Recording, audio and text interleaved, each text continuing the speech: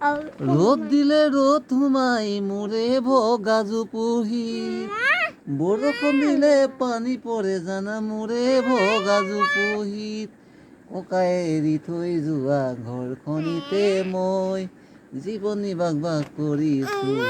আজি জানা নেজানা দেউতাৰে দিনকাল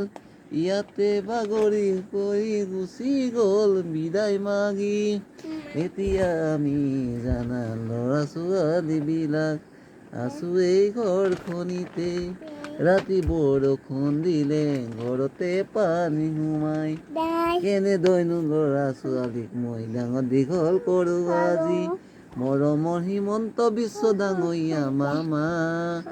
অনুৰোধ জনাইছো তোমাক সঁচাকে চৰকাৰী ঘৰ এটি দিলে আমি নথৈ কটি আশীৰ্বাদ জনাম কোৱা শুনিছিলো 2023 চনতে সকলো দুখীয়া মানুহক ঘৰ দি শেষ কৰিব বুলি আমাৰ আছে 3 টকীয়া চাউলৰ কাৰ্ড দুখনি যি 3 টকীয়া চাউল কাৰ্ড থাকে সেই মানুহে বোলে দৰিদ্ৰ সীমাৰ তল বুলি বুজায় অনাগত দিনতে